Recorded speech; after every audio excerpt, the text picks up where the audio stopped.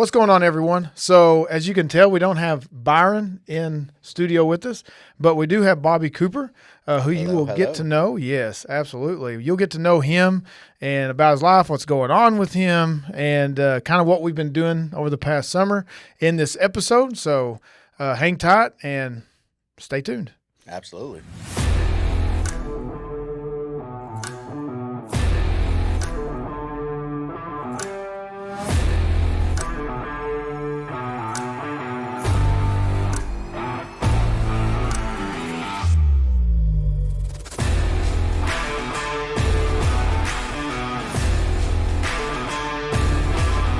All right, everyone. So, we're back. Like I said, I got Bobby Cooper with me. Bobby, you want to tell him about yourself a little bit? Hello. So I have just moved back here about a year now. I was in the Air Force for 21 years, retired last year, and moved back here to be closer to the family. And so because of that, I've been able this summer to work with you and the youth. And man, we've done a lot of great stuff this summer. Yeah, we have. So we've gotten to go to New Orleans for mission trip, getting ready to go down to youth camp. We went down to up to Rector, Arkansas last weekend to have a conference up there with those guys. We did the D now back in the fall, and That's right. we're planning up another one. And man, we've been going, and so Yeah. life's been going good with that. So moving back here, my biggest concern was trying to find a community and a brotherhood again to be a part of. And you would understand this in the military lifestyle. We're very much a very community-based Yeah. camaraderie type thing, and that was one of my concerns when I retired. And moving back here, the D Queen family, man, they've opened me with open arms. Yeah. The town has been great to me. The church has been great to me. So I feel like I found my home away from home again. So I was born in Texas, but family moved out here, and I've been out here for the last year and a half, and man, it's going good. When did your mom and dad move out here? I don't know that actually. Yeah. So I think mom and dad officially moved out here probably in '05. Okay. And you're from the Panhandle. I'm from the Panhandle of Texas, so I graduated in '03. My grandparents have been out here in this area for years. They bounced around from Broken Bow to D Queen. That's the connection. Down okay. to a little south of here, before Locksburg, Geneva. They're out Okay. there in Geneva Okay. for a while. So we've always come to this area all the time to see the family. And then my sister moved out here, and then my mom, when she retired, she moved out here. Okay. My dad was the over the road truck driver, and so he could pretty much be anywhere to call home. And so they set home up here, even though he lived the majority of his time on the Right. road. Okay. And then so once I officially retired, the family was here, and I was like, well, I guess I'm going to come back here for a little bit. We'll see how long I'm here, but That's one of the questions I had, which you might not want to answer on this. Are you like settled in, like this is where the roots are going to be, or are you just up for whatever? I'm still up for whatever. The only commitment that I've made was I was going to be here until my niece graduated. Oh, okay. And so she'll be a junior this year. 2 more years. 2 more years. Yeah. So when I made the move here, it was with the understanding of I will be here for 3 years, and then from there it's up to God wherever He Okay. decides I need to move to or what I need to do next. That's what I'll do. And that's some people, they like to, lay down roots, and this is home for me. I'm not going anywhere. Right. And then some people, Amanda doesn't like this about me. I love home. This will always be home. I was born here, raised here. Yep. But the second I turned 18, I was out. Oh, absolutely. And Yeah. I had kids. It changed. I came back. But you know me, I love going. Yeah. So I'm gone.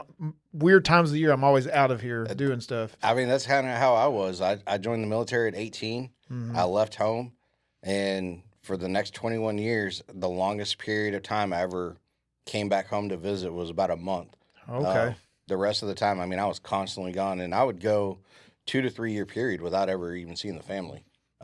When I did my overseas tours and stuff, and I would joke with them and tell them, hey, I'm living in South Korea right now. I'm not going to come back home. Like if I get Right. my vacation time, I'm going to go travel around over there. Right. I mean, you're already over there. Might as well island hop and, check things out. And the same when I lived in Germany, I was like, I'm going to go check all Yes. of Europe out. I'm already here. Why Yeah. not? Why To me, I mean, I miss family and I love family, but the way technology is, it's great to where I can FaceTime them and I can see and talk to them.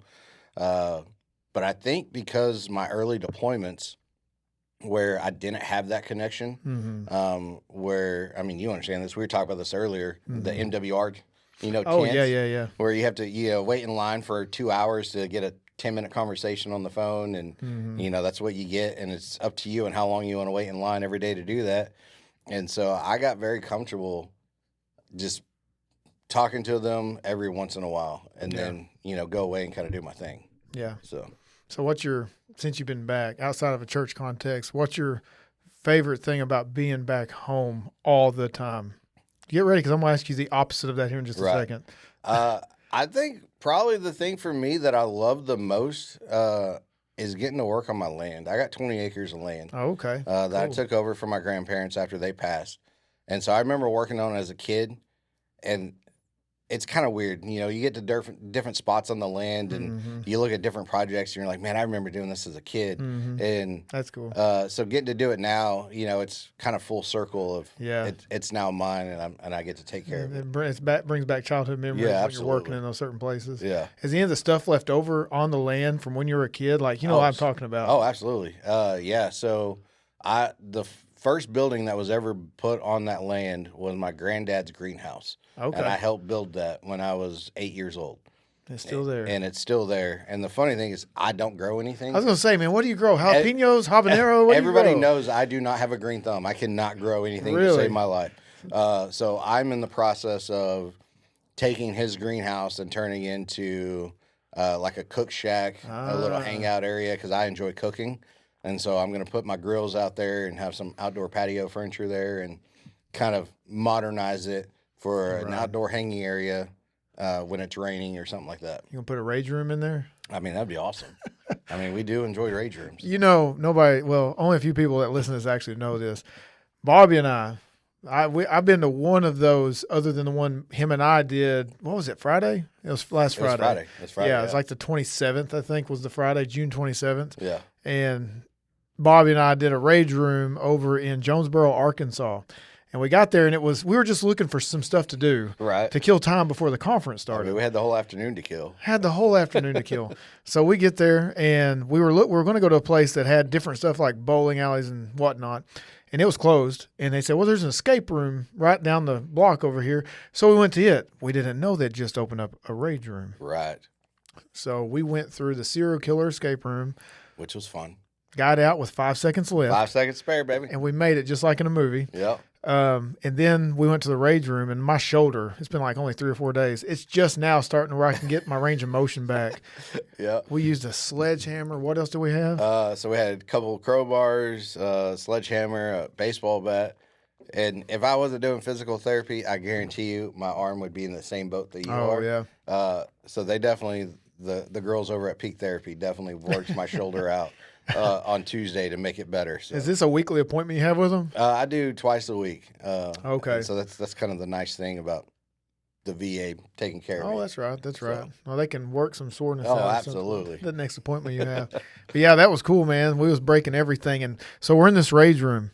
And as we're doing stuff with these ceramic copiers, TVs, and they said, you're lucky you get all the new stuff. Like it hadn't been hit before. Right. And we're getting to just go crazy on it. Oh, it was fun. So much fun. And the one thing they had, I noticed, I looked down and I seen a ceramic eagle with the American flag wrapped around it. And for those of you who don't know us or maybe this is the first time listening, you obviously know Bobby's a veteran, retired Air Force. I was in the Marine Corps, so most of my listeners know that. So we saw that. We're like, nope. And we set it up, and he got to watch the show.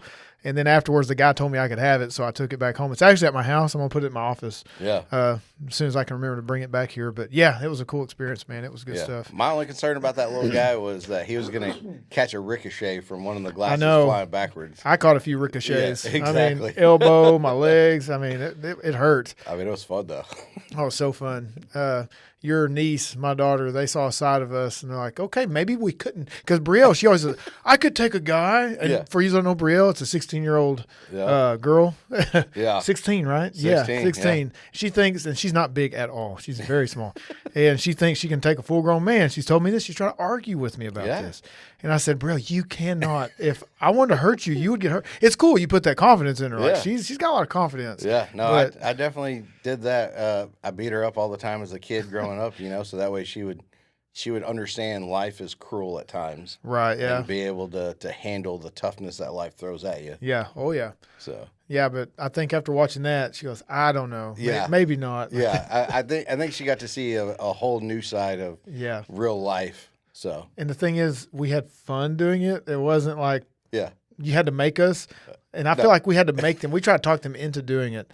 And they were like, "Oh, I'm not angry. I'm too happy right now." So that's what makes you happy. It's like an extra level of happiness. Yeah. You get to They're break like, I'm stuff. not mad. I got to get mad in order to break something. No, you don't. No, you do not. That's just that little boy in us coming out. Absolutely. Like, you can't touch that. Don't do this. Yeah. And I was like, oh, yeah. Boom. And you You're just like, get to do whatever you want. Red button. I'm going to hit you. Yes, exactly. And it is weird when they let you do it because it didn't feel as, not the word naughty, it's just like you're breaking rules. It didn't feel like I was breaking any rules, but I still enjoyed it. Oh, absolutely. Even though it wasn't breaking rules. But yeah, that's on my shoulder. So and later that night at the conference, that the worship leader at the end of the night is asking us to raise our hands. Yes. I still have a hard time doing it. I think you said you couldn't do it. Oh, I definitely could not do it. My left shoulder, it was like I raised it up with everybody else. I was like, nope, it's going back down. I can only raise my right arm. That's it right now. Yeah. Hey, you tried. You did it. You did it. So, yeah, that's Bobby. We're going to talk about stuff we've done over the summer. And when I say summer, I'm including, I guess, late spring as well. They know, if you haven't seen the episodes, by the way, go on our previous episodes. I think it's 2 or 3 back from this one. It's our Malawi report. It's when I'm in Malawi, Africa with Casey and Homer, and we were on our last day of mission work there, and we talk about it for over an hour of everything we did there. So I'm not going to recap that. You guys want a really in-depth report about that, just go a couple episodes back, watch that one, and then fast forward. You wonder why we haven't had any episodes except for that one I did on John 3:16 about 3 or 4 weeks ago.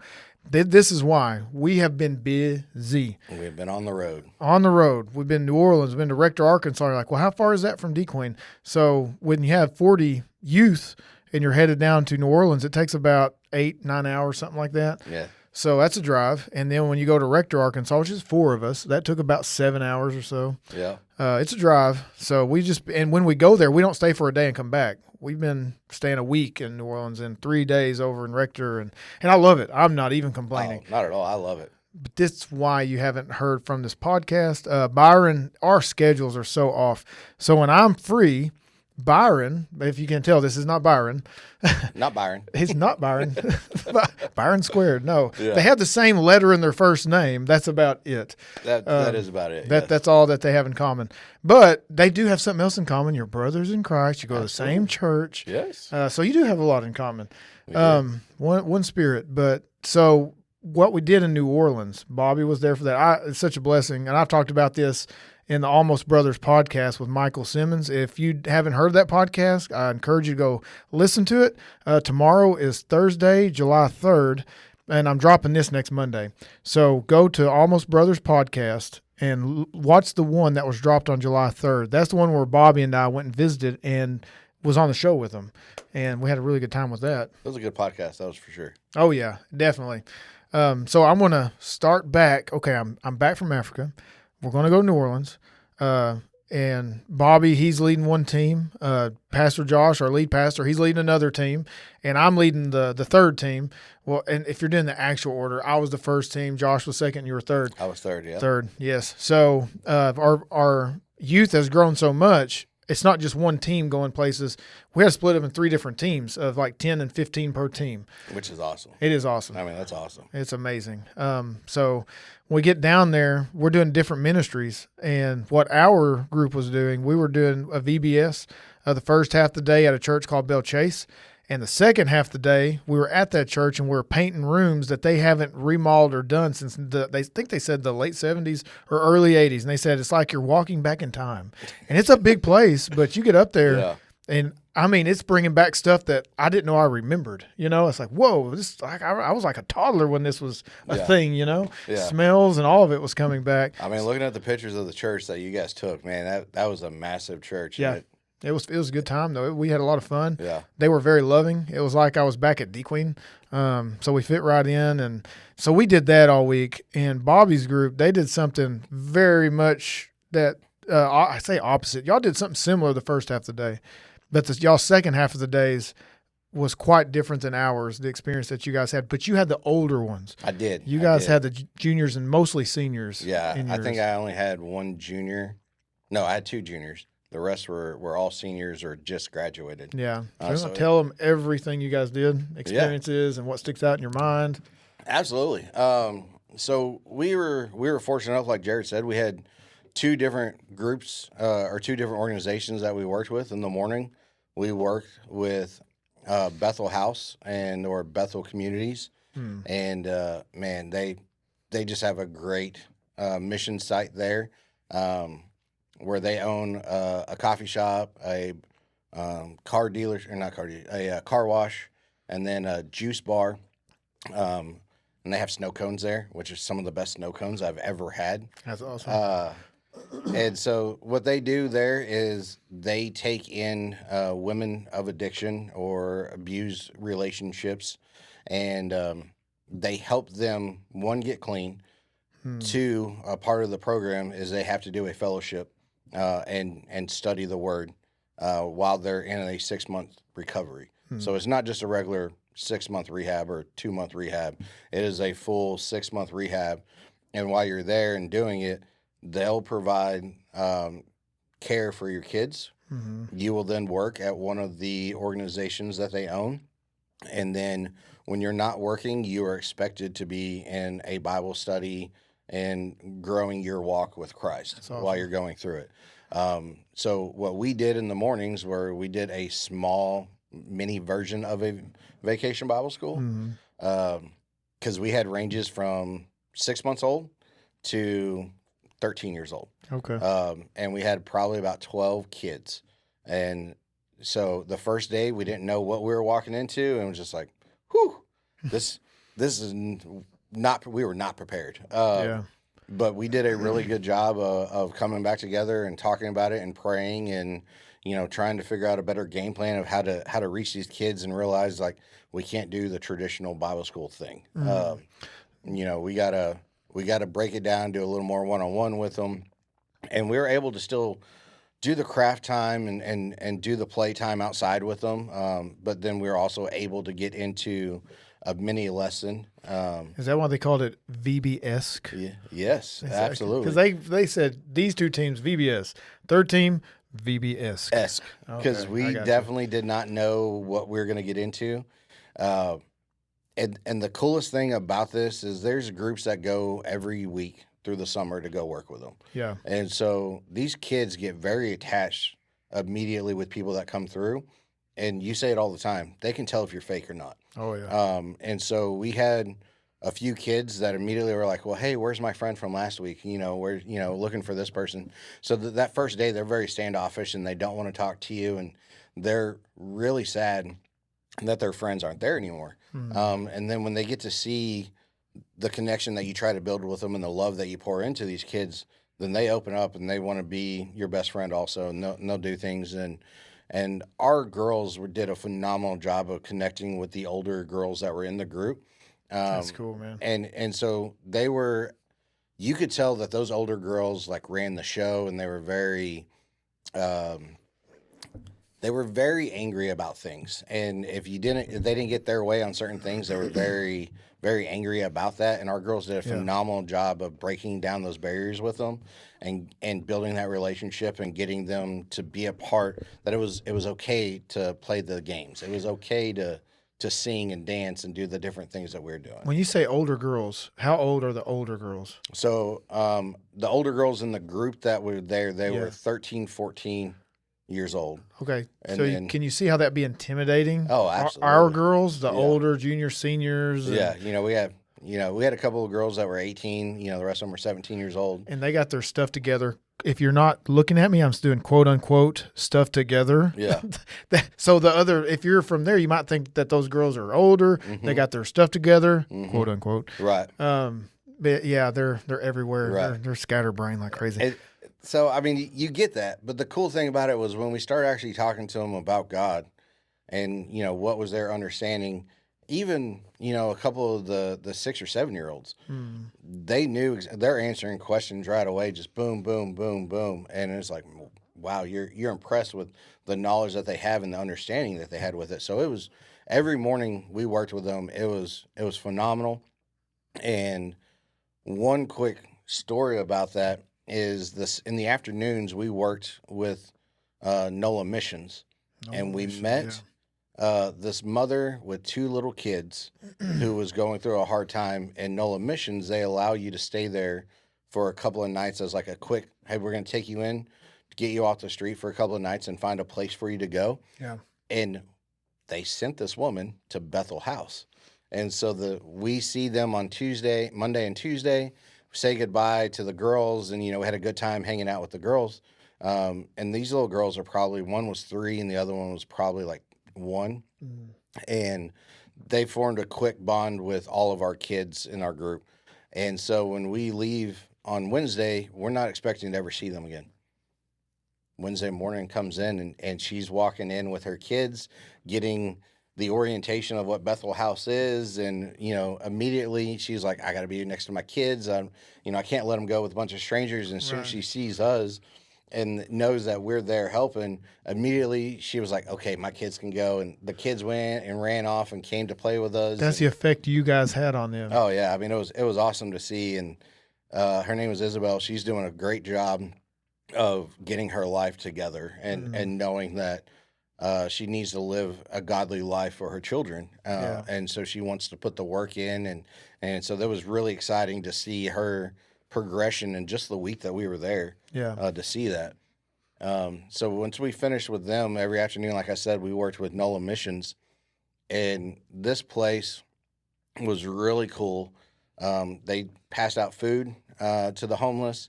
They took in donations from all over the city for men, women, sleeping attire, your body works, like whether it be like shampoo, conditioner, all that stuff. Like they had all of the toiletry stuff, all the items in there.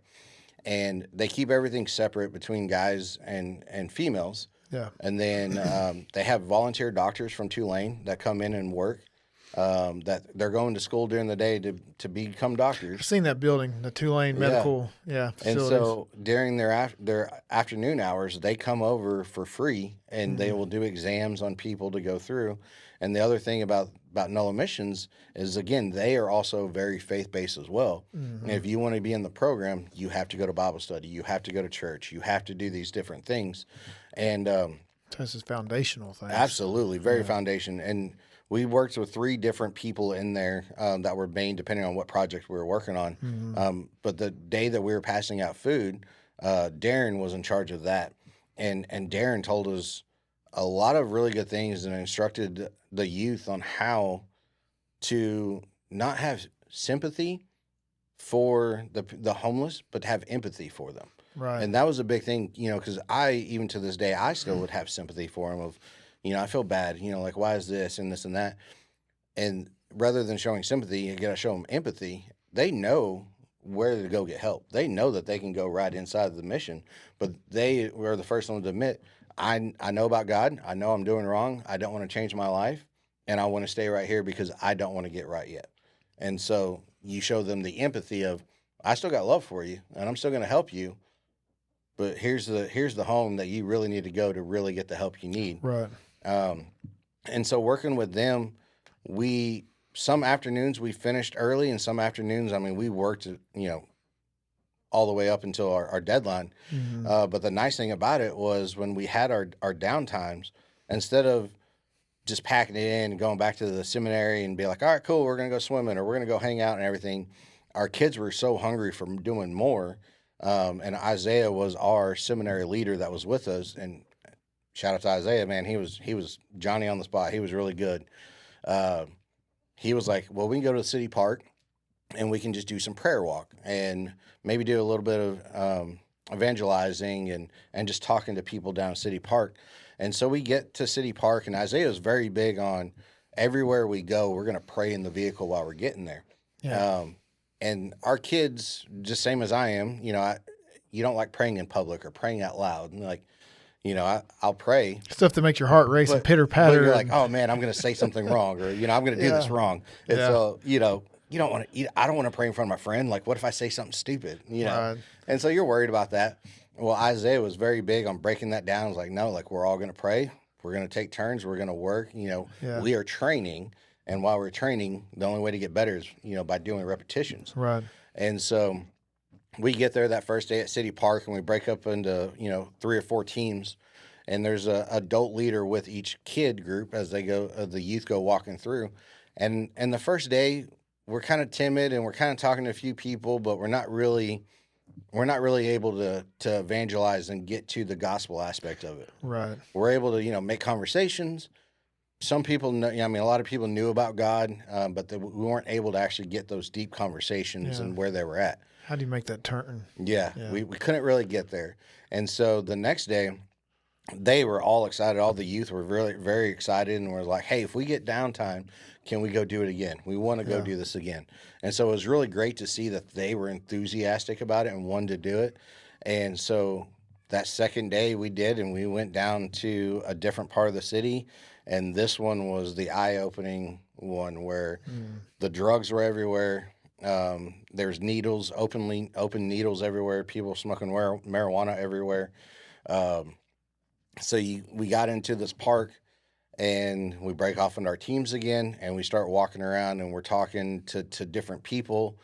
And there's a center of this park that was in a fenced-in area with like those little police barricades. Yeah.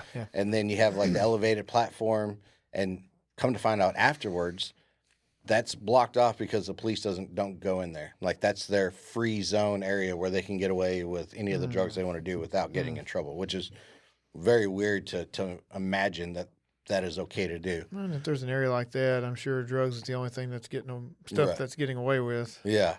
And so all of us didn't know that that's what that was, and we didn't know that not that we weren't supposed to go in there, but it was highly encouraged that we didn't go in there. But none of us knew that, so immediately, we see people sitting in there, and so we went in, and we're talking to different people. And the coolest thing about being in there in that environment was there was 2 people that my group we were talking to, and they were believers. They were just down on their luck. They weren't doing one of the people we were talking to. He doesn't do drugs. He just goes there, and that's where he gets to talk to different homeless people. So come to find out about him, he was paralyzed from the neck down, and he was sitting in his wheelchair, and he was ready to go lay down in his bed. Well, his brother was busy playing video games and wouldn't pay attention to him. So he's trying to get attention of him, and he's swaying back and forth, trying to fall over into his bed. Well, he falls out of the chair, and when he falls out of the chair, he hits his neck, and it ends up snapping the vertebrae that was broken and knocks it back into alignment. And so he went from being a quadriplegic to where now he had feeling and stuff. Oh, again. wow. I didn't know that's where the story was going. Yeah. So Wow. he was able to actually start regaining, and he was able to walk and move and stuff again after going through That's wild. therapy and everything and being able to move. Yeah.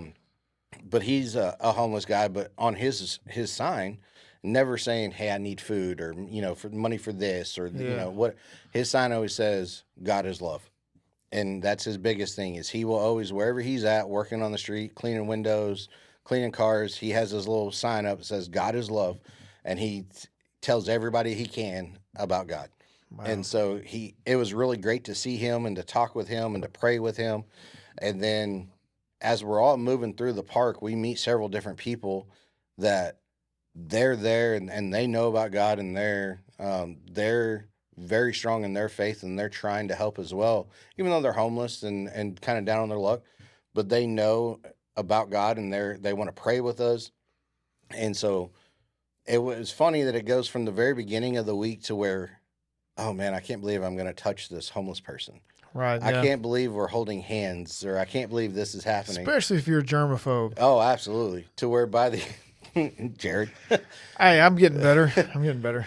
To where by the end of the week, we're hugging these people. Yeah. We're holding hands. Yeah. We're crying together. Mm. I mean, they're sharing some stories, and I mean, we're just sitting there and we're crying. They're loving on us. We're loving on them. Yeah. And it wasn't a matter of, oh my gosh, I can't believe I just touched that person, or I can't believe I just touched this. And I mean, we're hugging each other. It's the furthest thing from your mind. Absolutely. Wow. And so Wednesday when we go and we're passing out food, I mean, our kids were just running, and they're like, "Oh, I got this person over here. Oh, I got this person over here. Yeah. Let me talk and pray with you. Hey, can I pray with you?" You know what that makes me think of? What's that? It makes me think of, the 12:9 ministries. That's from Romans 12:9. Yeah. And how that goes, ESV is how I know it, is let love be genuine. Abhor what is evil, hold fast to what is good. That's what it says in Romans 12:9. Okay. But let love be genuine. So when you go in there, people can tell if you actually love them or not. Mhm. They know if it's real or if it's fake, if it's being forced. Mm-hmm. And when you say you're going in there and that third, fourth day, Yeah. when they're actually hugging and holding, they know those kids have love for them in their hearts. Yes. That's not something that's forced or pushed upon them. Yeah. Like it's something that they wanted to do themselves. And we've said it before, people can see fake. Oh, you can see fake. That's what made me think. Yeah. And the funniest thing about it is, so where we have to park to get into NOLA Missions, we're on the street, and the first day we get there, and there's homeless sitting all along the sidewalk, and we're like, tell the kids, hey, any of the belongings you don't want to take inside, make sure it's under the seat, and we're locking the doors, and we get out, and we're like, don't make eye contact. They're Right. and Like we're little just robots walking around. We're just going straight into the missions, like we're not looking around, we're not talking to anybody, we're Yeah. just getting in, getting out, to where. After Wednesday of passing food out to all these people, and it's the same people that are sitting there where we're parking the car. Yeah. And then the last day we're there, as soon as we get there and we pull up, we're saying hi to them. We're high-fiving them. We're talking about, the shoes they're wearing. They're talking about our shirts, because every day we wear different shirts. Mm-hmm. And so they're loving all of our different shirts that Jennifer did and made for us. And This is one of my favorite stories that you guys have. That he's about to tell, this is probably my favorite one. yeah.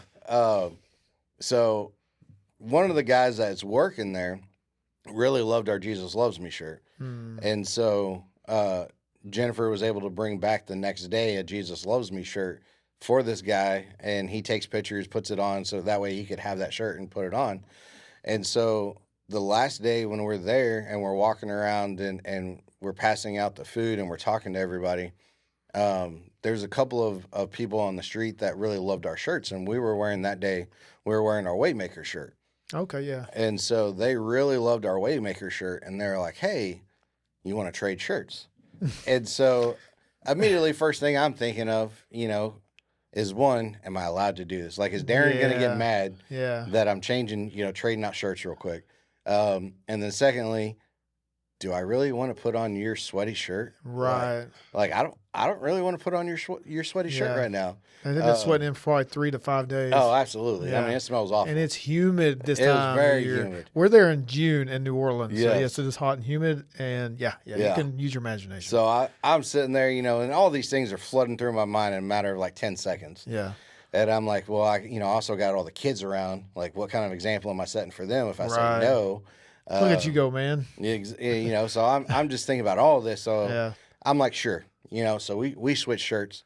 Well, then one of the other guys looks to one of our kids and was like, hey, well, I like your shirt. You want to switch?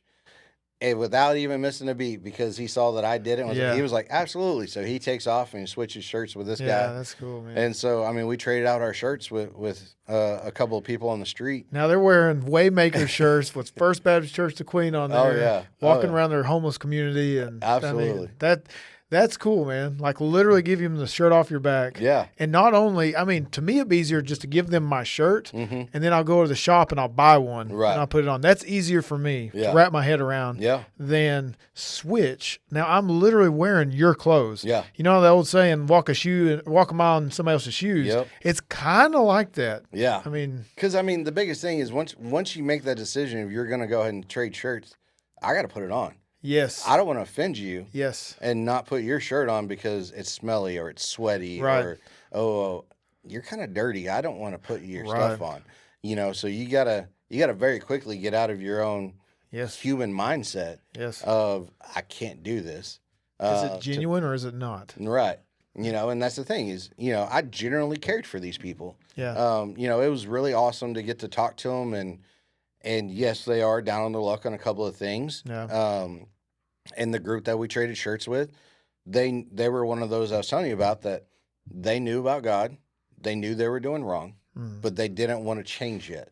And so, maybe by us doing that and showing genuine love to them, they will then understand, okay, I do need to change. Yeah. And I do need to walk away from what I am doing and come back in. When I think that, especially teenagers, the older we get, the more we start to well, at least I would pray, especially as Christians, mature Christians, and even as adults in general, the older we get, the more we can see that people are the same. Like we are not on some special playing field. We have advantages that certain don't because the country we're born in or what family we're born into. And a lot of it's stuff we can't help. And some of it is. Some of it's just bad choices that people make and it puts them in the gutter. But the teenagers, especially teenagers, a lot of parents will say, I wish they would go so they could see how bad it is, so they could see what all that they have. But I want it to go deeper. Yes. Not only to see it, but it's all to see past that and say, these guys are just like me. They're human. They're on the same level I'm on. God sees us equally. Absolutely. He sees our souls instead of what we have. Right. And that's the materialistic part like you're talking about. It goes away after 2 or 3 days because you're not separating yourselves from them anymore. You're hugging them. You're changing clothes with them. Right. And it's like walking into your own house, how you would talk to somebody. They see them that way instead of this big disparity gap, I guess the word I'm looking for. Yeah. They don't see them for their money or what they don't have. They see them for who God is. Yes. You know what I'm saying? Like on a spiritual level. And the kids got this. It was cool to see them make that transition of seeing that these are all people that God created, and my job is to show them love. Right. And my job is to tell as many people about God as I can. That's right. And it's, we go on mission trips, and there's groups that you hear of that went on mission trip that never went and saw the ugly, never went and opened themselves up to that kind of reality of the world. To where you and I have seen it, we traveled the world, and there's ugliness out there. Oh yeah, and for sure. And it doesn't matter if it's in DeQueen, Arkansas, or if it's halfway around the world. There's ugliness everywhere. Everywhere. And so for the kids to get to see in a controlled environment the ugliness that the world can throw at you, I thought was amazing to see the love and compassion that they had in that, and how ugly the world can be, and that you could see their hearts changing of actually caring for people. Well, and those people that are in those situations, whether they come from a rich family or they just had bad luck, a rich family like made bad choices, whatever it is, they've seen the ugly. The people that live in it, the homeless people, they know ugly, they know evil, they know these things. But like you're saying, we've seen ugly and evil all around the world. We've also seen love of Jesus all around the world. And those people in those places see that when they see those teenagers coming in there and the adults like you guys coming there and loving on them and talking to them and not degrading them and not looking down on them and, hey, this is yours, man. I don't even care about this stuff. Yeah. And just talking to them on a human loving level. Yes. And they see it. It's both. And people can have like a negative, pessimistic view of the world, or you can, I like to keep it balanced. I know it's evil. I know it's bad. It's dark, but it also has Jesus in it, and Jesus is light, and we're the ones called to bring it into it. And you guys were that light going into those places, and they seen it. That's awesome, man. Yeah. And so one of the best things of seeing how much the kids grew over the week was, like I said at the beginning, Isaiah was making everyone pray as we get to different locations. By the last day, Isaiah, we had 2 vehicles because our group was so large. Yeah. And so Isaiah was always in my van for the first 3 days. And then the last day he rode in the other vehicle so that way he could have more one-on-one time with the other people in that van. And so before we leave to go to our last spot to go evangelize, it's, hey, I want y'all to pray while we're going over there. And immediately as soon as we get in, everybody in the van they're just taking turns, one after the other, boom, and Yeah. not even going, okay, who's next? It was immediately like, hey, I'm starting, and then it just went right around the van. That's awesome. Without anyone going, hey, you're next, hey, you're up, or there wasn't a 10-second pause of, I guess I'll go. It was everyone was excited, and they're like, okay, I'm praying. Yes. And the only thing I had to stop them at one point just because we went through construction and we had to actually talk, Right, yeah. because we were going through these little barriers where it was super tight, and I didn't know if the van was going to fit. And luckily, one of the kids had just finished saying their prayer, so I was like, "All right, cool, time out." And they're like, "We can't time out a prayer." I was like, "Well, we're gonna have to right now, because I don't know if we're gonna fit through here, and I need to talk to y'all on the right side of the vehicle to make sure we're gonna fit getting through." Yeah. So Well, you can talk to God and each other. yeah. So once we got through that little construction zone, they were like, "All right, you guys can start praying again." And immediately, there wasn't a down. It was the next kid went, Right. the next kid went. So it was pretty awesome to see that they were excited about praying openly, out loud, without that fear and hesitation. Yeah. Oh, yeah. And I believe that a willing heart, a willing spirit, God's going to use that. And it's spirit led. And that's what it sounds like when the other teenager sees the boldness and I know they're dreading it. I mean, there's no other word for it. Absolutely, yeah. And it's just being honest. They're like, oh, man, it's me. What am I going to do? I got to get this. And they start thinking of words to say. Mm-hmm. But if 9 times out of 10, you don't say half the things you think you're going to say in a prayer, Right. and then you realize it's just a conversation. You're just talking to God, and it can be 10 seconds, it can be 5 minutes, it can be whatever it's going to be. And the cool thing about that is, normally when you're going all in a circle and you're praying, you're like, oh man, the first person just said everything. Okay, what am I? I don't want to repeat what he just said. Right. I'm not going to want to repeat what they just said. Like, now I'm going to look even stupider because I'm repeating the same thing over and Right. over. Well, there was none of that. It was immediately like one kid prayed for this, and then the next one was like, well, the words just flew. That's and good. no one was repeating the same thing. And I mean, it was just, you could see that God had worked through them and gave them the boldness of being able to pray for what we were about to go do. Well, it's like when Josh was talking about a couple of Sundays ago about how the apostles prayed for boldness. They could have prayed for anything else, but they prayed for boldness. And you guys, and I love Sunday school room settings. I'm not knocking it when I say this, but it's one thing to be in a Sunday school room and you pray and then you leave, which is awesome. I'm not knocking that. And then when you're going to like a spiritual battle, there's warfare. Like I'm about to go up against the enemy, the Satan and his demons. And I'm not talking about the people being demons, but that spiritual battle trying to keep you from getting there. Yeah. Fear, anxiety, all these other things and thoughts and just setting things up in place to make you not want to go to that place to evangelize and talk about Jesus. So you're going up against this stuff. And I think in those situations when you pray for boldness and stuff, God knows what's coming, and he's going to give you the words to say, when to say it, how to say it, and he's going to arm you with the armor of God. Right, exactly. Yeah. And when you're praying with all the other believers, something might come to your mind and it comes out, kind of like when Tyler was saying that when I was praying about my nerves. And it's not for you. It's like, man, I don't even care. It didn't even matter how you sounded. Somebody in that circle needed to hear that, and God knew it, so it came out. Yes, it wasn't you. Absolutely. Yeah, and I truly believe that. Yeah. So I'm going to talk about the VBS guys just for a second. Yes. But before I do, we're going to take a quick commercial break. I like it. Are you okay with that? Absolutely. All right. We'll be back in a second. All right, so this is the commercial.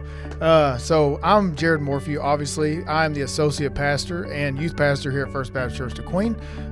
We would love to have you here. Can you tell them what times we start on Sunday morning? Yeah, so we have the worship service starts at 9:30, and then we have small groups that go from 11 to 12, and we have all ages for the small group. We got the nursery, we got little kids, and we got your 20-year-olds, you got your middle adults, and we got a couple of old people classes. Old people. Old people. I give my mom a hard time. about Elder that. classes. Yeah. Senior class. So my senior mom will get a joke out of that one because I call them old. But yeah, no, we have the senior adults, which is funny when we do senior high school, senior adults, like which seniors are we talking about? But yeah, we have all that options. Yeah, it's awesome. And if you want our phone number to our offices, it's 870-642-2151. And our address here, so you'll know how to get here, is 1535 West Colin Ray Drive, DeQueen, Arkansas, 71832.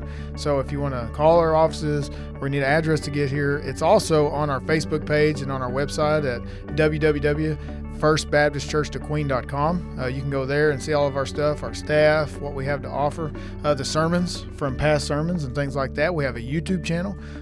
Most social media outlets, we have that as well. So we hope to see you Sunday morning at 9:30. So what we were talking about before we invited everybody to church was, so what you guys were experiencing in New Orleans. And on our end with the VBSs, I know Josh, our lead pastor, his group, that was mainly the junior high. Yep. Was his group, and they did awesome. They did a really fantastic job with the VBS down there. They were doing it at a place called I'm trying to remember. I think it was No. It was Calvary Baptist Church in New Orleans. That's what it was. So they were there, and they led. It was either 3 or 5. I wanted to say 3, but it may have been 5.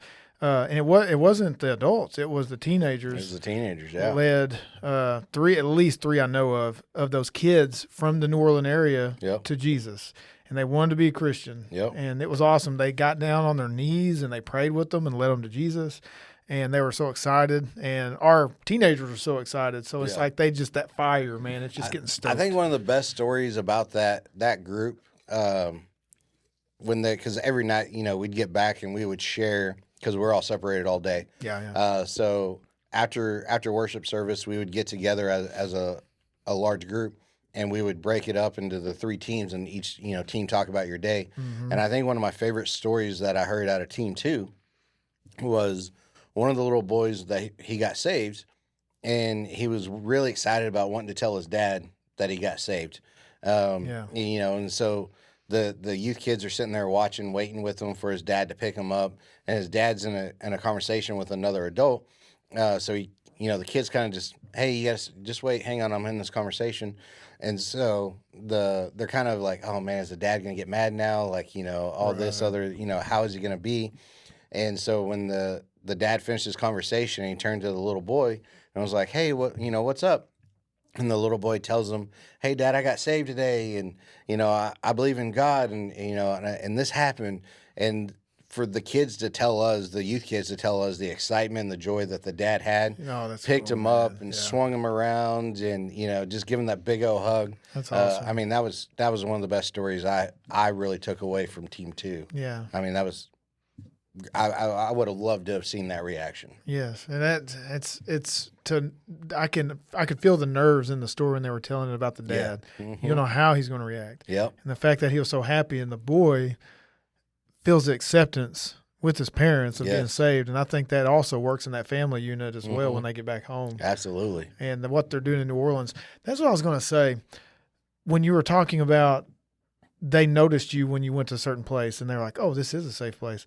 Or those places like Bethel, or the churches that they're going in those communities, they go in there weekly, if not every other week in these places. It's like when we went evangelizing, there was an atheist who used to be Catholic, and he recognized Michael, one of the guys that was helping lead us, one of the students at the seminary. Yep. He recognized Michael, and Michael sat down and talked to him for like 30 minutes, and they had discussions about why God's real versus why he's not real. And he was open to it. They joked, and they had built that relationship just by meeting each other. And you could see, you can tell when somebody knows somebody. Right, yeah. And they're working it, man. Like that's their field. Like they are out there putting the work in every day. That's where they're planted.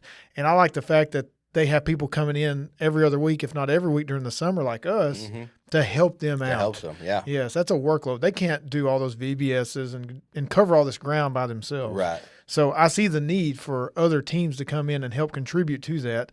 But it's awesome on their end that they're so faithful with what they do. Yes. Because, we were talking about this with the kids. One of the biggest things about this is it doesn't matter if you're the one that's planting the seed, if you're the one that's watering the seed, or if you're the one that gets the benefit of reaping the growth and the harvest of the seed. Right. We don't know where we're going to be at in those phases. Yeah. Our job is just to pour into people and let God do his thing.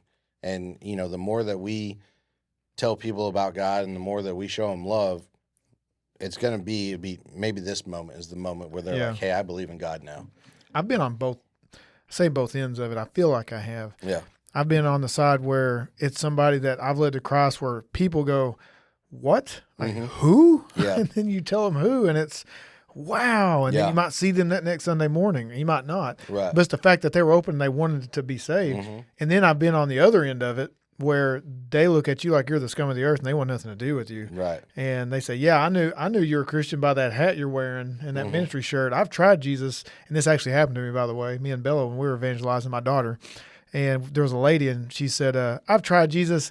And actually, I'm a lot happier without him. So thanks, but no thanks. And she had a teenage boy with him or with her, and it was her son. And he said, but it was a very good thing that you're doing. Like he was trying to be nice. Yeah. And he was yeah. open to it. And I Yeah. thought, I'm not going Yeah. to say what I want to say about her, Yeah. but she is leading him down the wrong path. The wrong path. Yeah. And I don't know. That's a whole sermon in and of itself. Oh, absolutely. But the fact that she was against, but we didn't get flustered or anything. It was like, I'm sorry you feel that way. Mm-hmm. You must have not have, you haven't encountered the Jesus, the real Jesus in Scripture.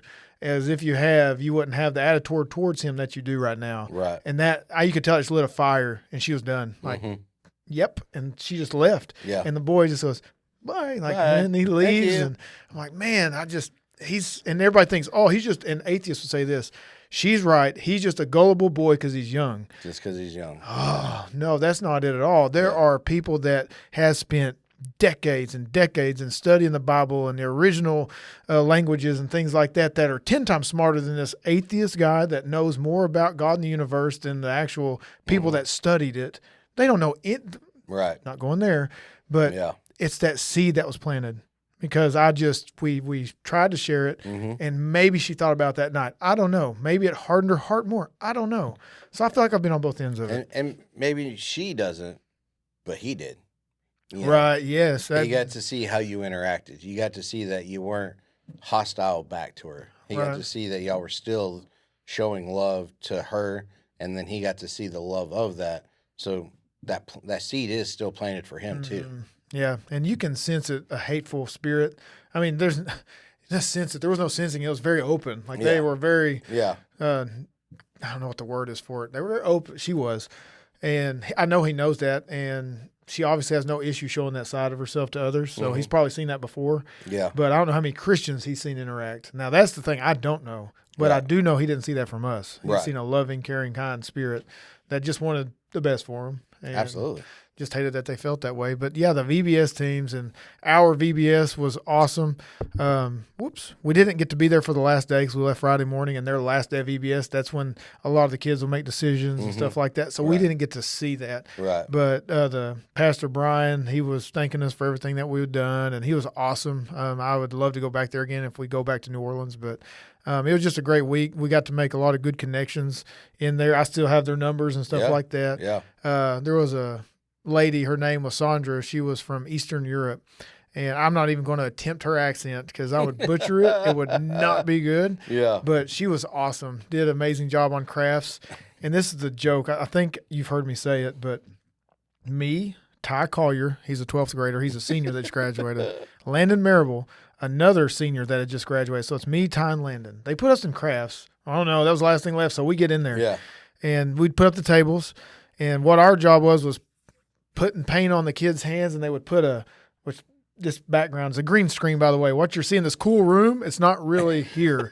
What me and him are looking at right now is a green cloth. Sheet, yeah. Green sheet. But anyways, they had a cutout of a butterfly. It would put the kids would put their hand on it, mash it in, and then a little hand would be on there. So there's all these hands on this cutout of a butterfly. And there was the kids, the colors. So if you didn't know it, I'm colorblind.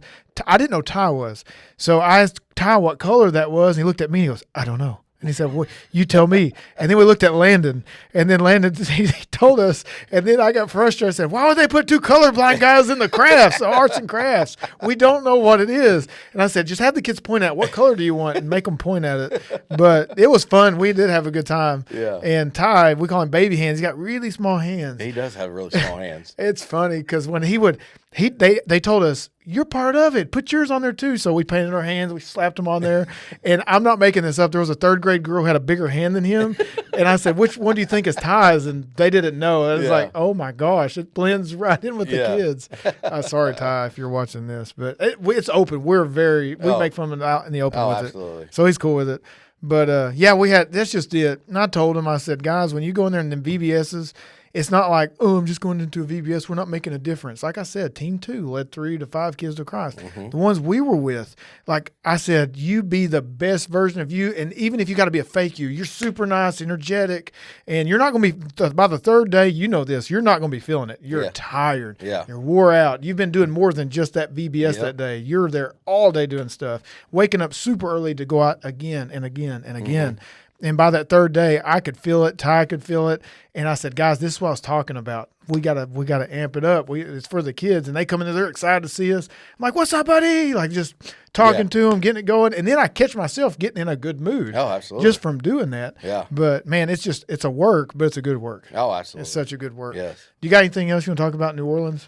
I would say just the last thing. So I had told the youth this on the last night we were there when we all, shared our experiences from the week and what were some of the takeaways that we had from it.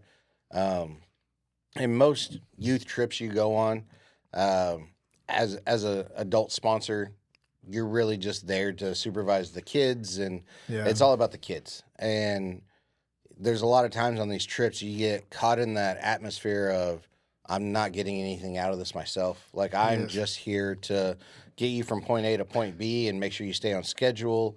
And you guys are the ones that are going to grow your walk with Christ. And you're the ones that are going to, get all these benefits out of this. And your spirit's going to be filled. And you're going to be on that spiritual high when you come back from the trip. And I told the youth, I said, as much as this trip was for you, this was for me as well. I feel like I got way more than I ever expected to out of this trip. From the sermons every night, which, oh man, they were. It was like one-on-one conversations. Like, Bobby, this is what you need right now. Like, you are here, and this is where you need to get. Like, that's how I felt every sermon was every night. I got notes on my phone from them. They're very good sermons. I had a notebook, and I'm not big on taking notes during sermons, but I was like, hey, I'm going to set an example for the kids. I want them to be a part and pay attention, because they're always watching you. What you're doing is what they're going to replicate. And I found very quickly, especially on that first night, like it was more about me, and I stopped worrying about, are the kids going to get something out of this, or what are they going to perceive, and it was very much that whole week was God was talking to me and showing me where I need to grow and avenues I need to work on, and from the singing to the sermons to the evangelizing. I mean, I felt like the whole week it was just overwhelming. So I mean, that was the greatest aspect of the trip for me. Was not only was it great to see the kids grow, but I grew as well. Yeah, you wasn't just a babysitter. Yes, absolutely not. Yeah. So it was, and that's what I try to tell the youth. And youth camp can feel that way, especially for me. I know you're a little bit ahead of me, but I'll be 40 in a month. Yeah. I'm not far behind you at all. No. You turned 40 a few months ago? Yeah, back in April. Okay, yeah. So I mean, we're right there. So just a couple months ago. Yeah. I'm not a spring chicken. I'm not old. I know that, but I'm not a spring chicken. I'm not in my early 20s that I enjoy some of the things that they enjoy, or the fact that I can keep up with them sometimes physically. Yeah. Even though I might look like I'm in good shape, which I am somewhat, but not running and endurance and stuff. I'm not. Yeah. But I go to youth camp and I feel myself, and that's what I tell them: prepare your heart and be expecting something great. Don't go into it with the mindset of, oh, I'm just going to be a babysitter. Oh, I'm just going to, like you said, point A to point B, taking them there, making sure they don't fight, making sure they don't do this, making sure they don't go off in the woods together. And I'm just a referee all week. And if you go into it expecting God to move and see it and expect something for yourself, and God just showed me something this week, you will see it. No, absolutely. Yeah. Absolutely. If you look for the bad in something, you're going to find it. If you look for the good in something, you're going to find it. You're going to find it. A place, a person, whatever. I mean, you know this. So I try to go into it with that mindset. I'm not a babysitter. I'm not a supervisor. And I do those things, that little bit here and there. Right. But the overall thing is a spiritual leader, spiritual guide. And I'm there for them, and they can tell if you don't want to be there. Right. They can 1,000% tell Jared doesn't want to be here right now. And I may have put that off from time to time the last 4 years. Who knows? But I try my best to try to get my mindset ready for what's about to happen. It may not. I may go in there and say, "Oh, this is not for me. This is 100% for them." And if I go there, that's selfish. Right. But yeah, youth camp's a big one for me like that, and especially now. The first couple of years I didn't know what to expect, but now that I do, I know what's coming, and I know the craziness that comes with it, and you just got to prepare and get there spiritually and mentally, like for a Sunday morning. And I think one of the nice things about anytime you're studying God's word, you're going to get something out of it. Yes. So it doesn't matter if the speaker that's presenting the sermon has it as a kid level or to an adult level. There's still something you're going to get out of it. Yes. Whether the parable they're talking about, you get to hear it from a different point of view, or they bring up different topics for you to think about, and you're like, ooh, I never thought about that one before, or I never thought about it that way, or I've never sat here and got to see this, and like the different scriptures that are always there. When you read it one time, you're like, man, this is the main point. And then you read it again, and you're like, oh, what this one right here was amazing. You're like, this is jumping out at me right now. Yes. And so that's the one thing I love about reading God's word is you're never going to get the same thing out of it every time. You're always going to get something different, and it's always going to give you what you need at that moment. Absolutely. And so that's what I love about it. And I think you go in with that mindset of I'm at a youth camp, but when we go to the service, it's an all camp. Yes. Yes. It's all of us right now. We are serving and worshiping the Lord. Yes. And we're all singing together. We're praising together. We're praying together. We're studying the Word together. Yes. And everybody's going to get something out of it. It's not a sit still. It's a get deep. Go deeper. Yes. Like this past Sunday, we were talking about the woman that the Sanhedrin drug, and it was a Jewish, I don't know, it was either the Sanhedrin or it was guys that the Sanhedrin had got to get the woman caught in adultery, brought her in front of everybody. You know what I'm talking about? Where Jesus writes something saying they don't say what it is, and he hands them a stone and says, you with no sin cast the first stone. Cast the first stone. So we went over that, and that's pretty simple. I've heard this one my whole life. Yeah. But something happened in that study, and so all morning that was what I was going to study.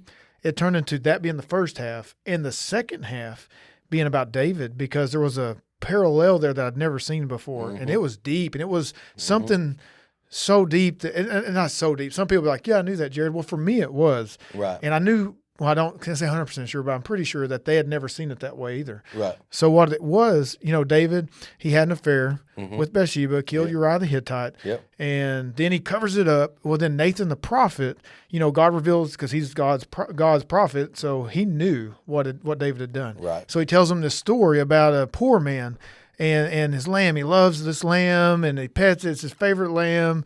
And then there's a rich man who had some travelers come in. Instead of getting one of the thousands of lambs that he had, he went and took it from the poor man. Yep. And David heard this story, and he said about how the rich man was going to pay 4 times or 5 times, or 4 lambs or 5 lambs, or the price worth. I can't remember off the top of my head. But he was angry. David was mad. And then David points his finger at him and says, "You are the man." Because he was the one, you are that guy because of everything you've done. And what we had, the parallel there is when the Sanhedrin is sitting there, what are you going to do about this, Jesus? What about this woman? It's like, that's you. Yeah. You have that heart. Like, you have just as evil and wicked a heart as she does. Yes. If not worse. You are the man. Like, that is you, and you're pointing at her. So it's that right there. Dude, I got goosebumps when I read that. I thought, that's it, man. Yeah. Like, we always want to pull people out in front and say, get them. That's them when we're that person. We're that person. I'm not going to start preaching. Yeah. But yeah, man, that was just from a small little Sunday school lesson with teenagers about a story I'd heard my whole life. And it's, do you go into it with that mindset of this is going to be easy, simple. I'll just do it on a elementary level so they can all get it. Check the box. I'm out on Sunday morning. Right. Or do we go deeper? And I thought, I'm going to go deep like as I can go. Like I would be doing an adult's classroom, trying to hit every level. And they're not stupid. The youth, they got that. They understood that lesson. Yeah. And so if you're listening to this and you teach youth, don't ever be afraid to go deep or to teach them I keep saying the word deep, a more complicated lesson. Yeah. They do. Go further in depth with them. Because a lot of times, even when we're just having conversations and it's either before the service or after the service and we're just having conversations, some of the questions they ask you are deep questions. Yes. And you're like, man, I haven't thought about that one. Ooh, hang on. Let me put on my adult brain real quick to try to figure this out. I'll get back with you. I've had to say that. I really absolutely. I actually had to say that to Bo the other day. I'm like, oh, hey. Yeah. Hang on. Yeah, I know there's certain ones when they start to come up to me, I know either I'm not going to know it or it's going to be one of those issues or topics where it's more my opinion than what I actually know. No, yeah. And I know it's coming, but Yeah. I don't know. Sometimes it is something that I actually think I know. Mm-hmm. But yes, and I love that though. I want them to ask those questions because then I have to think. I got to go research it. Right. So somebody asks me again, I'm like, I got you. Yeah. This guy done put me through the ringer with questions. I'm a lot absolutely. better now for it. Yeah. But And I mean, I told the guys this, man, it was probably a couple of months ago. So when I was in the Air Force, I was an instructor. And I used to tell my students all the time when I was instructing them, I want you to ask me those questions. Right. I want you to challenge me in, the different tactics that I'm teaching you because it makes me stay on top of current events. It makes me stay on top of my skills to make sure that I'm teaching you what's current and what's best. Yes. And the same thing applies to the youth when you're studying God's Word. I want you to ask me those questions. Yes. Because it forces me to do my own homework. It forces me to have to stay in the Word and to be able to stay sharp with what's there. We talk all the time, iron sharpens iron. Yeah. And so, with them challenging you and asking those tough questions and those deep, thoughtful, questions about the Bible and Scripture, as an adult, it forces you to not rely on the Sunday school answer that you knew your whole life. Yes. But I've got to go back and I've actually got to research that. I've got to study it. Yes. And like you were saying, you want them to challenge you. Mm-hmm. And I would say this to anybody. I'd say this to youth, adults, elders. I'd tell you this. Be leery of people who get offended. They get mad. And when it comes across as a challenge or you have a genuine question, how dare you question me? You think I don't know? And then they push you aside. That I'm leery of that. Yeah. I love it when people are open to it. Let's look that up. Let's look into that. I can ask Josh anything. I know it's not going to, Josh, our lead pastor, I know he's not going to get offended. He's not going to get mad or think I'm doing it even if it is in a try to get you moment. Yeah. Don't be offended or anything. Especially I'm leery of churches that they teach a certain way. And if you question or go against it, it's knives out. There's no. Yeah. And that ties into what we just talked about up in Rector, the whole unity. Yes. And that's why it's such a big thing of making sure that we do have unity because we are one believers in the body of Christ. Mm-hmm.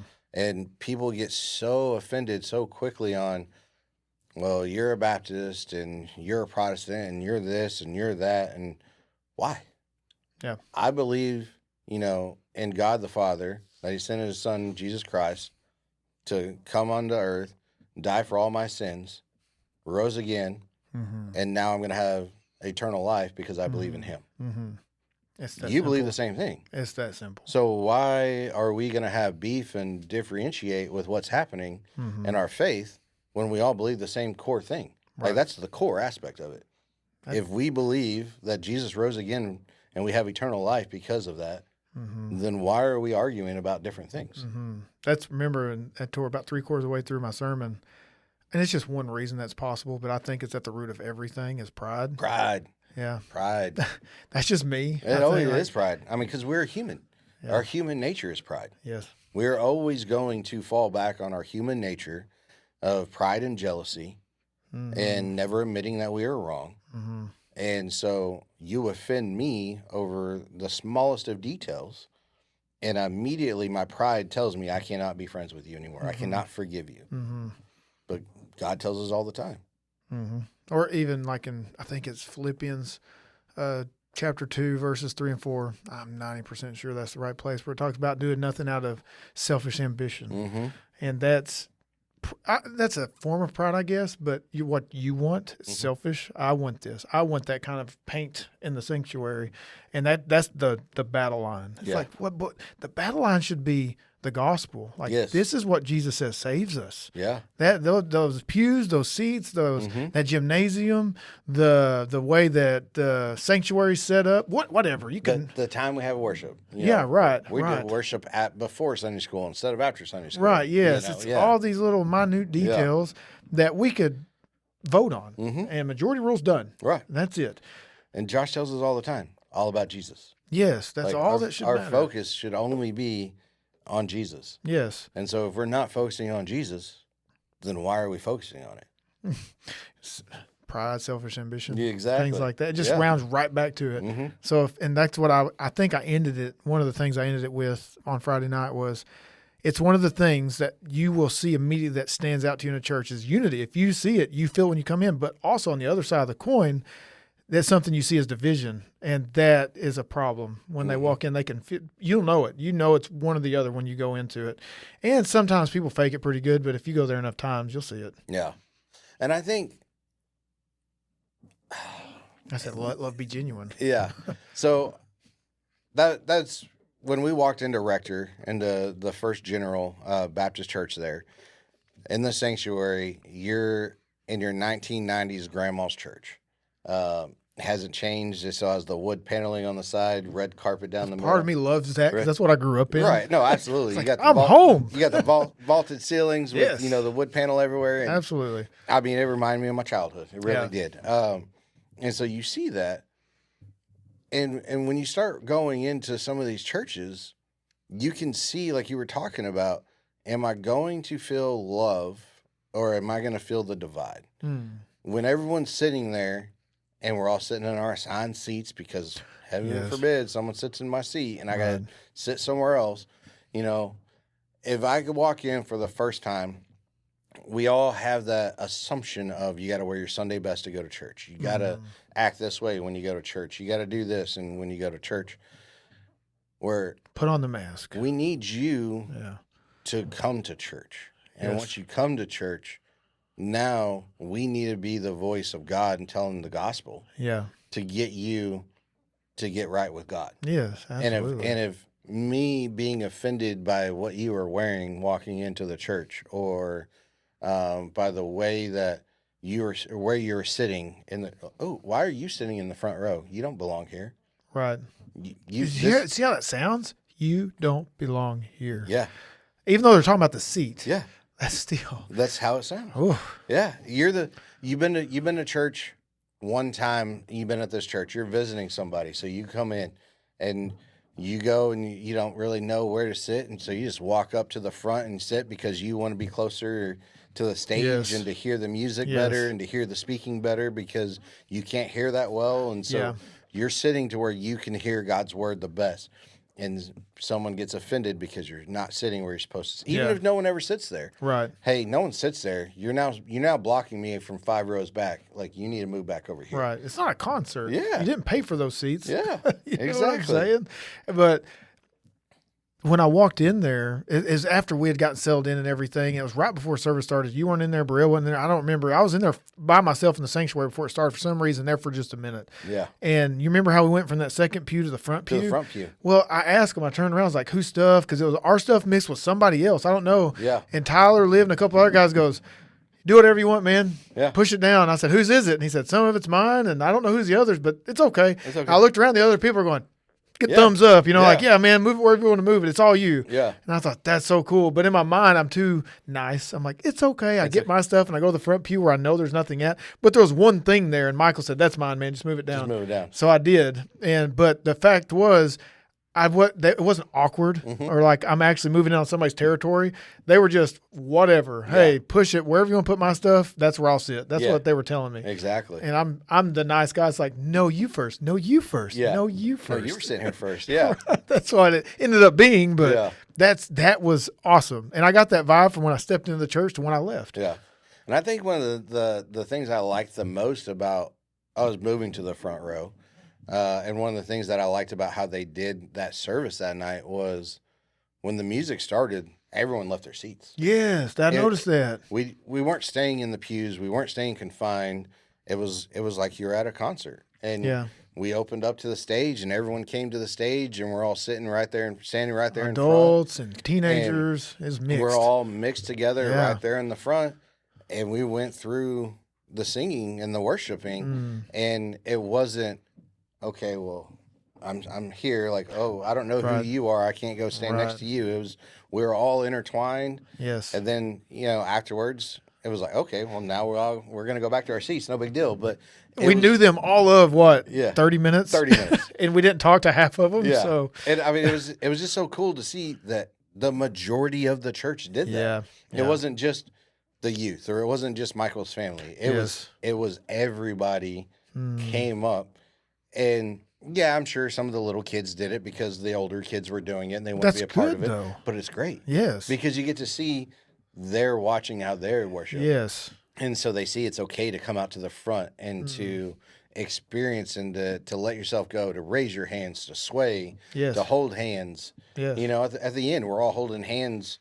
Right. After it's over and we're going through the last song. I think the last one was Gratitude, but we're sitting there, and people over here are holding hands, people over here are holding hands, and we're just all together and swaying back and forth, and it was awesome. I mean, that's the way it should be. Well, and as a guy that's about to preach, it helps so much because you're not nervous, and I know every preacher's different, but for me, I wasn't nervous thinking it's a hostile environment. Right. There's people that are going to be judging. There's somebody that might yell at you or whatever.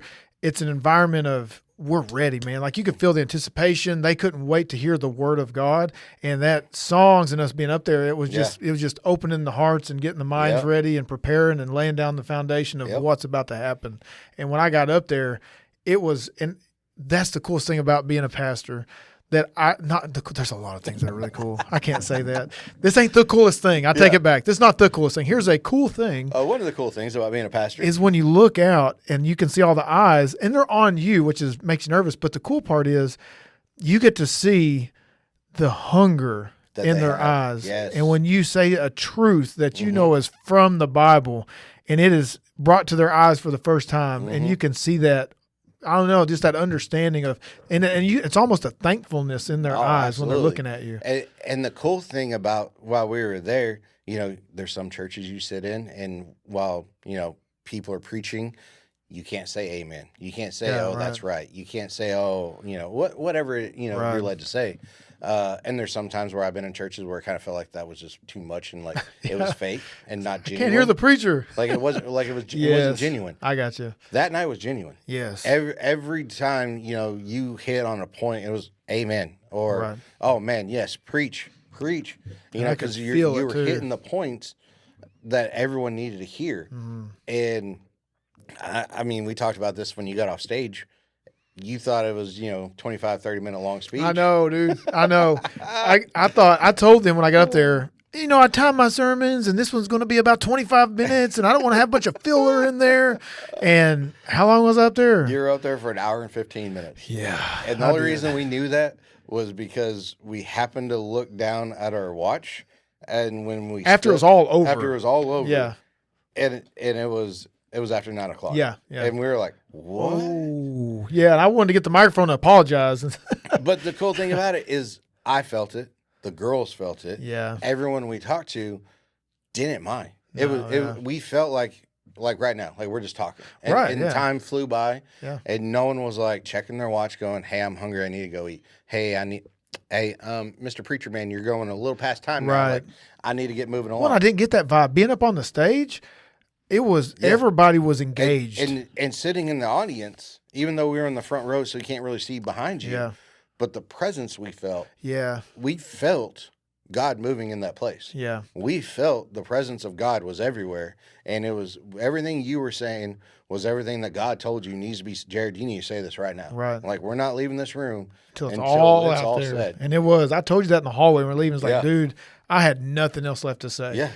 That's crazy for me to say because I can talk a long time. Right. I said, I don't have anything left. Yeah. And I don't mean energy-wise like, in that department of what I was teaching and Mhm. preaching on, I didn't have anything left. Could Yeah. I have went back and studied more and did more? Yes. But in that moment, Right. I'm done. Like there's no more rabbits. There's nothing. Yeah. And it's what God wanted to come out. And it's everything that we needed to hear.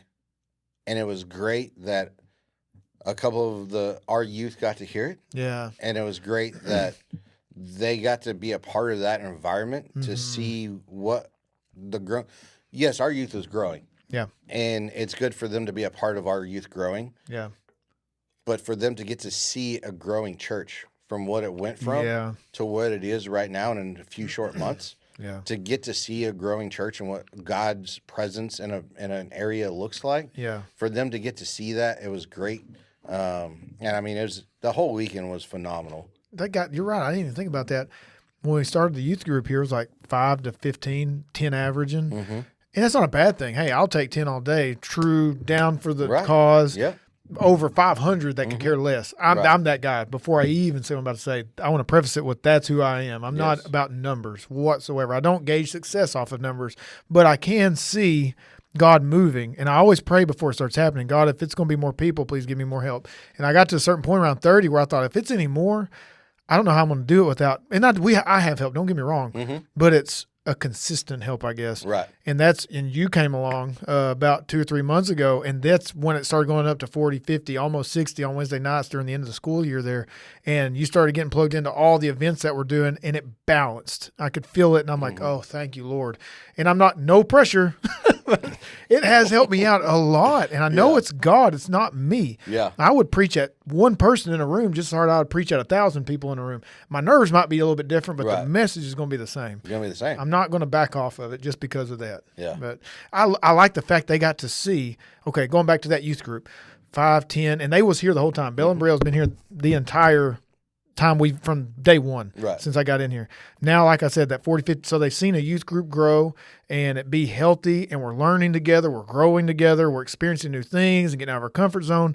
Now they've seen it in a congregational, entire church context in a different place that they've never been. Mhm. And they've heard the stories about how it was down to 60, 50 congregants, and now it's back up to 170, and everybody's excited, and they can see the change, and they go in there and they see people stand up with their hands in the air, and it's adults. It's not just, and I'm not downing a bunch of teenagers when I say this, Right. but it's all ages. Mhm. Adults, there's people in their 60s, 70s up there doing Yeah. the same thing that 10-year-old, that 17-year-old's doing. And they're watching this, and it's like, okay, this isn't just a youth thing. Mm-hmm. This is a church thing. This is Right. God's people thing. Yep. That's cool. I mean, that they got to see that. Absolutely, because there's a lot of times in a church environment, you will see when we go to like a winter jam, or you go to Can you tell people what Winter Jam is? That don't know. So winter jam is a Christian concert where you bring in, I think, like 6 or 7 different artists and bands, and it's basically, I would say, like a 5-hour worship session. Yeah. Where you're hearing songs that are on the radio that everybody knows. You're hearing praise and worship songs. You're just hearing some good, Christian music that you want to Wow. jam out to. But God moves in that moment. Yeah. And so you get to a stadium full of kids worshiping that way, where they all got their hands up, or they're Yeah. clapping, or they're praising, moving around, and kids get used to, well, I can only do this in this environment. I Yes. can only do that when I'm around my youth group. D-Nows. Right. I Yeah. can only do it when it's just the youth. Yes. So when you get to see as a youth that openness to willing to praise and to worship the way that they are accustomed, I can only do that with the youth, and you get to see the church do that, Yeah. and you get to realize I can worship God like this all the time, Yeah. and like it's acceptable. Yes. And you get out of that stereotype of, I can only worship God like this at church on Sundays. I have to stand here in this pew. I can't raise my hand, or if I do, it's got to be like this. It's Yeah. you Yeah. don't get to the full aspect of it. Yes. And I think for them to see that, and for a couple of our other youth to get to see that as things are going, like, I mean, that's great. Yeah. Yeah. And the thing is with worship, okay, I want to be careful here. I can't say there's no wrong way, Right. because a lot of people say there's no wrong way to worship. Well, There is. That's where I'm trying to go. So there's a ultra conservative. There's nothing wrong with that. If you want to stand there with your hands like this, there's nothing wrong with that because I don't know your heart. You could, fireworks could be going off inside of you and you're just lit up and ready to roll. That's awesome. And the raising the hands, there's nothing that says you can't raise your hands. There's nothing that says you can't do the swaying side to side. There's nothing wrong with that whatsoever. Right. Yeah. There's nothing biblically wrong with that. No. Now and here's where I start stepping on toes, and people might get mad about me saying this, but when you start creating confusion, if a stranger came to the church and said, "What are they doing?" That's when it's wrong. You're not supposed to do that because it says in 1 Corinthians, our God is not a God of confusion. There's supposed to be order. And that whole, I can't remember, I think it's chapter 14, where it's all about order in the church. So when you see somebody literally jumping up and down as they sprint down the aisle, screaming at the top of their lungs back and forth, and you see 40, 50, 60, 100 people doing this thing that looks like a mosh pit, that's not good. Right. I don't think that's biblical. I think that's wrong because it's going to, an unbeliever, the outsiders, are going to be like, no, I'm not doing that. That ain't for me. Right. It has to be in truth and it has to be controlled. There has to be balance there. Yeah. But no, I'm definitely one of those people that if we start clapping, I can't hold a rhythm. I can't hold. You were telling me that, yeah. It's like clap, clap. And you're there going. I got to look at other people that are clapping on stage. So if you're clapping on stage, then I can follow along with you. But if you stop clapping and everyone's supposed to be clapping around you, you'll see that I won't clap because all I'm going to do is throw everybody else off around me. So you're no rhythm Bobby, huh? I have no rhythm. I'd be like, That's funny, man. Yeah. I just never realized it because I don't think about it. I don't have to look. And we're Malawi. Their songs are different, but once you hear the first 10 seconds, you got it. Like you can do the beat. You ain't got to look anymore. Yeah. But so you got to open your eyes. Oh, yeah. You got to be locked into somebody. This is funny. We're, back to New Orleans. We're standing around this corner, and this one guy wants to sing a song for us. Right. And so he's sitting there, he's singing, and he's clapping, and he's telling everybody to clap. I have to stand and look at one of the girls that can hold the rhythm, hold the beat. Right. So I can watch her and clap when she's clapping while I can still also look at him so he can see that I'm paying attention to what he's doing. Right. And not just have my back turned to him and clapping, so that way he can see I'm listening, I'm paying attention along, but I got to be able to see somebody else hold that rhythm and that beat because I can't do it. So I guess from that story is if there's a dude up there, that's who you need to be watching because the girl might think that you're staring her down. So at one point I did turn, like Jake ended up coming over and moving in the way, so I was like able to sit there and stare at Jake while he was clapping his hands. Okay, so I could look at Jake and I was like, all right. And then Jake looked at me, he was like, do I got something on my face? And I was like, nope, I'm just watching your hands so I can clap. Right, yeah. Now I've never thought of that before. I don't lead worship. I don't sing. I don't even play. I don't even know how to play instruments. But if I was, now that I know that, it's like, okay, they're just keeping rhythm watching me. I got you. That's cool, man. That's cool. So, yeah, we did a conference, Rector, Arkansas, about 7 hours from where we're at. We're in Southwest Arkansas. They're in Northeast Arkansas, totally different sides of the state. And it was just a great time. We had an awesome weekend. Thank you, Pastor Mike, for inviting us down there. If you're going to watch this, big shout out to you and all your guys, Rich, Tyler, Liv, all those guys. And we do look forward 110,000% to getting come down there. We got to, like I said, do the show. Yeah. So after the sermon that night, we hung out, ate pizza in their fellowship hall, which I called a fellowship hall. I don't know what they call it. I called it too. Yeah. And then after that, we went upstairs to their podcast room, which we were supposed to be the first ones that actually had video, but it ended up not being video, which is cool. Doesn't matter. We still had a great time. And their podcast is called Almost Brothers Podcast. It's on his hat. Yep. I just say it because there are people that can't see us right now. They listen on audio platforms. But yes, he's got the Almost Brothers Podcast hat on. I have one as well. Bobby hooked me up with one of them. I should have wore it. I didn't know. If I knew you were wearing it, I would have wore it. Well, I figured, like we're doing a podcast. I got to, rep, Michael. Mission Lab, because we talked about New Orleans. So I got to rep the Mission Lab for New Orleans down there. I got you. See, we got Vertical Podcast hoodies and stuff. I need to get T-shirts. All we have are hoodies because when we started this, we started it in December. It was cold. So it was cold right up until the last few months. And we don't have T-shirts, but I need to get some made just because we'd give them to guests and stuff that were on the show.